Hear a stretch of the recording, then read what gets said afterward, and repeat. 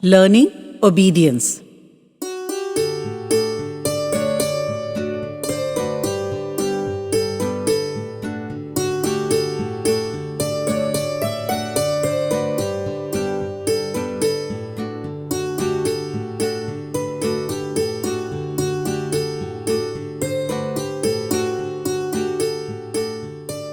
Ramu Kaka and Lajo Kaki are our neighbors. They aren't related to us, but we call them Kaka and Kaki out of respect. It was nothing special in our village for women to get fat in the belly and have babies. But apparently it was a big deal if the woman was Lajo Kaki, for this was after 17 years of marriage. I must have been 7 when they had this child, a girl, and they were so delighted that Ramu Kaka hauled out a rusty old rifle that none of us had ever seen and sent off a flurry of shots in the air to celebrate. The silly baby got frightened by the noise and cried for hours, refusing pacification, and Lajo Kaki made Kaka swear that he'd never touch the rifle again. We boys were massively disappointed because obviously that meant we could never touch it either, of course. They named the girl Dulari, meaning beloved.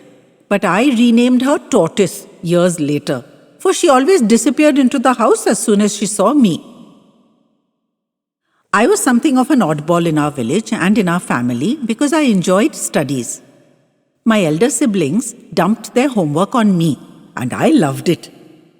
We got caught, of course. The teachers figured out that all 6 siblings could not have the same handwriting. But the result was good for me.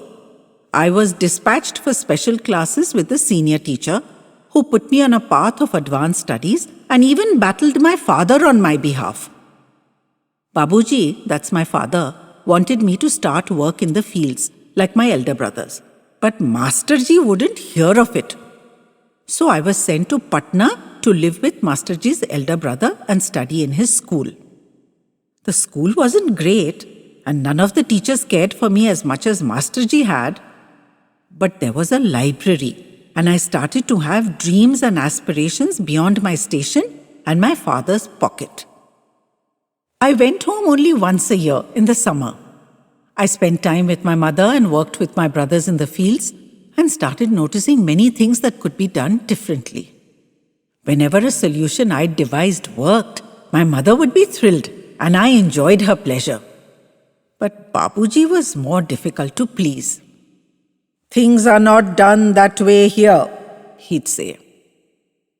I studied in the library and would come home bursting with ideas, but Babuji would never agree.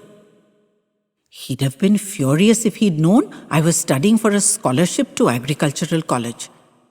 I loved my village, you see, and didn't want to live in the city, but I wanted to make a difference. When I earned the scholarship, Babuji was incensed.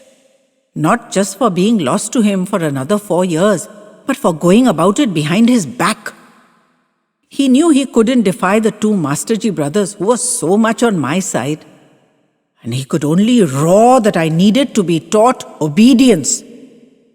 So I lucked out, but I felt unappreciated and was deeply unhappy. One home trip, when I was visiting Ramu Kaka, he asked me why I was always sad. And I blurted out the whole saga. I was in my 2nd year of college by then, and I was learning so much that I desperately wanted to bring home. He gave me a sympathetic lesson and then made me a wild offer. A tiny quarter of his plot on which to try my newfangled schemes. I asked him why he was willing to take such a risk, and he told me what no one else had bothered to. That the tortoise's wedding had been fixed and a rich dower provided as per his means, and on the happy day, the groom's family had arrived with music and dancing, and in his happiness, Ramu Kaka had brought out that rusty old rifle after all those years and shot off another fusillade. "Did she cry again?" I asked him jokingly. "She didn't," he reassured me, "but one of the bullets grazed the bridegroom, and he'd immediately turned his horse around and left, refusing to marry this bad luck girl. With that terrible label on her, his darling Dulari was now doomed. No one would marry her, even though he'd burned the wretched gun and been more viciously sorry for his own stupidity than he could possibly express. So now he had to create a farm that a woman could manage. He wouldn't live forever. I was sad for her, but it was an incredibly lucky break for me. My only proviso was secrecy. Babuji shouldn't get to know.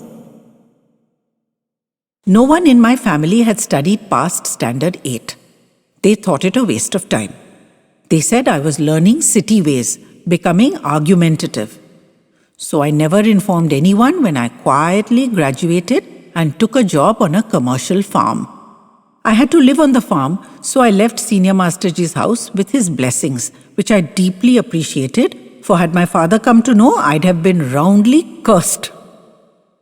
My employer wanted the new scientific knowledge, and between him and me and Ramu Kaka back home, we started making headway. Huge leaps where all it took was better seeds from the government seed bank and smarter irrigation. Not much where it required us to use our judgment. But judgment grows with time, and I had a powerful drive to succeed. I hadn't been back home in 4 years, and the clamour for me to return and pick up my share of work, and to get married, I should add, was increasing. Especially since Ramu Kaka next door seemed to be prospering in a most unprecedented manner, given he had only himself, and here with 3 sturdy sons in the field, Babuji couldn't match him. I was commanded to return for Diwali. I hedged, but my mother insisted, and I couldn't deny her. It would be a chance to check out Ramu Kaka's fields, which made it tempting. I'd seen pictures, and we'd discussed everything threadbare, but seeing with your own eyes is completely different. The truth is, I sat down on the road and cried. It was such a fabulous sight. Green and plump and lush next to Babuji's crop, not bad, but looking undernourished and dry in comparison. Such a vindication of my education. I didn't know whether telling him would be easier or harder as a result, but it would need to be done. After meeting all the family and handing over the city-bought gifts, I ambled over to Ramu Kaka and Laju Kaki's to take them their gifts and discovered something else that had quietly been changing in 4 years. Tulari. She'd taken over the house from her mother, and her watchful presence was everywhere. I hadn't realized how old Kaka and Kaki had got, or how feeble, and how much the tortoise was now the main pillar of the family. It struck me she must be in her early 20s, and more than passing attractive, yet still unmarried. What I heard from my brothers with the slightest prodding was that any of the village boys would have married her in a snap. But none of the parents would accept her with her bad luck label. The next morning I was out early to inspect Babuji's fields and see what improvements I could suggest when I was summoned by Kaka. We chatted for a few minutes, and he insisted it was time he broke the secret to my father, and I thanked him for undertaking the difficult job. He mentioned Dulari, and I expressed my distress that she'd been given such a sad label. I told him I didn't believe it. She'd brought him and Kaki much good luck. He looked oddly at me, and I reassured him that she was a lovely girl. Any man would be lucky. He patted my shoulder pensively and sent me off to the fields. He was going to meet Babuji. I did a thorough survey of the land. There were at least a dozen changes that could be made for free or at hardly any cost at all. Our fields, only slightly larger than Kaka's, had to support my parents and 3 sons and their families. It was a good thing I'd chosen to live away. If they'd only listened to me, yields could be much better. Let's see if Ramu Kaka had any luck in convincing him. I didn't go straight home. I opted to meet some old school friends, all married now with a posse of kids. But I had to go home eventually, and had hardly washed my hands and face when I heard Babuji's voice ring out, commanding my presence. Let him eat first, said Ma. But no, I had to report immediately. I was nervous, but ready to do battle. I entered his room and greeted him respectfully. He stared at me a long time before summoning me to sit beside him. I obeyed. You've done many good things for Ramu Kaka, it seems. From tomorrow, you will start doing them for your parents also. I was so stunned that I slipped down to the ground at his feet, struck dumb with gratitude. He stroked my hair more lovingly than I can ever remember. Yes, I have decided to give your new theories a chance. Ramu Kaka assures me that I won't regret it. Imagine helping a neighbor before helping your own father. Don't think that you won't be punished for this. I thought that was most unfair. I'd cried myself hoarse trying to help. It was he who had refused to listen. But I stayed down, head bowed and silent. Yes, you will have to be punished. You've been running from us for too long. I will have to fix you here. And there is only one certain way. You will get married. My head snapped up. This was over the top. But before I could even open my mouth, he roared, "Silence! None of those city ways! I will not have disobedience. The girl is chosen. Your mother and I like her. Her parents will accept you, wayward as you are. Your mother will speak to the priest and confirm a date. It is decided. You will get used to the idea soon enough.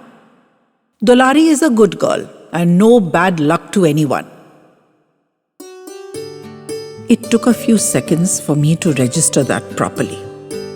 I let my head drop down to conceal the joy that was flooding through my body like butter spreading on a hot paratha. But I suspect there were no secrets from Babuji. "Do you accept my authority in this matter?" he thundered at me.